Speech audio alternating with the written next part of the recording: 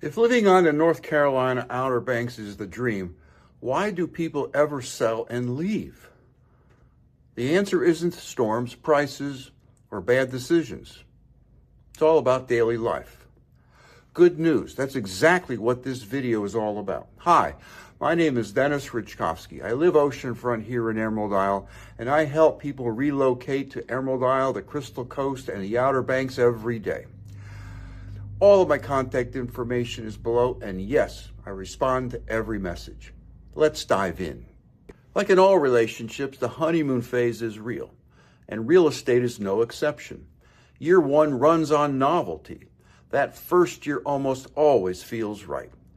People simplify. They're closer to the water. Stress drops. Friends drop in. Even running errands feels like a small victory because you're living the dream. That first year carries momentum. You forgive inconveniences because everything feels new. And you're still comparing this life to the one you left behind where you came from. But eventually, lifestyle momentum meets maintenance reality. And that's where things begin to change and reality gets a vote. That's not failure, that's simply information. Barrier Island living is not for sissies. Your house asks more of you. Your car asks more of you. Your schedule asks more of you. Salt air doesn't care how new something is. Wind doesn't care about your plans. Storms don't care about your calendar. This isn't fear-based, and it's not a complaint. It's simply physics. People who struggle here aren't shocked by storms. They're worn down by constancy. The island always requires attention. If you expect long stretches of set it and forget it, you'll feel behind very quickly. Another surprise for many people is seasonality. On vacation, seasonality feels charming. On relocation, it becomes structural. Summers are loud, slower, and more crowded. Winter is quiet, slower, and more inward. Some people discover they love the quiet. Others discover they don't like the silence as much as they thought they would. Neither reaction is wrong, but pretending it doesn't matter usually catches up with you in year 2 or 3. Convenience is another underestimated factor. It's not that people need everything, it's that they don't always want to plan for everything. On a barrier island, spontaneity costs more. Quick errands take longer. One forgotten item changes your entire afternoon. Peak season reshapes your timing, whether you like it or not. People who thrive here accept that friction early. People who resist it feel irritated more often, and that irritation compounds. One of the biggest reasons people leave is that they try to bring their old life with them. Some people move here to change pace. Others move here expecting the island to adapt to them. Same house, very different outcomes. Trying to recreate a mainland lifestyle on a barrier island usually doesn't fail immediately. It fails steadily. The island doesn't scale. It doesn't speed up, and it doesn't bend much. People either adapt or they feel boxed in over time.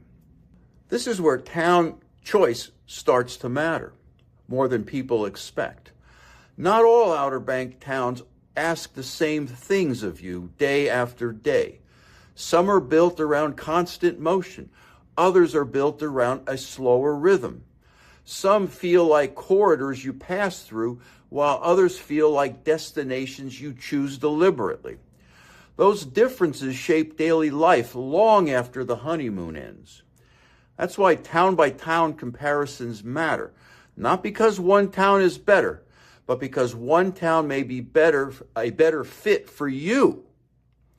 And if this is starting to make sense, the next question usually isn't whether the Outer Banks works at all, it's which town actually fits your long-term goals. Even though these towns all look familiar and similar on a map, they live very differently in real life. In a separate town comparison series of videos, I break down how places like Emerald Isle, Kitty Hawk, and Kill Devil Hills differ in rhythm, traffic, seasonality, and daily life, and why these differences matter more than people expect. I'll link one of those videos in the show comments below. And now for my Denis fit test. The real question isn't, can I live on the Outer Banks? The real question is, can I live with how the place works when nothing special is happening? If you're nodding along as you listen to this, that's a good sign. If some of this feels heavier than you expect, that's not simply bad news, that's simply clarity. There's no prize for forcing a lifestyle that doesn't fit you. If you found this helpful and you're serious about buying or relocating to the Crystal Coast or anywhere else along the Outer Banks, I have a free resource for you. Text the word free to 919-308-2292 and I'll send you my book, Live Where You Vacation. It's a deep dive into living on the Outer Banks of North Carolina with a special focus on the Crystal Coast, Bogue Banks, and Emerald Isle. And when you subscribe to this channel, you're joining a small but growing group of people who value clarity over hype and who help shape what I cover next. Thanks for watching, and I'll see you in the next video.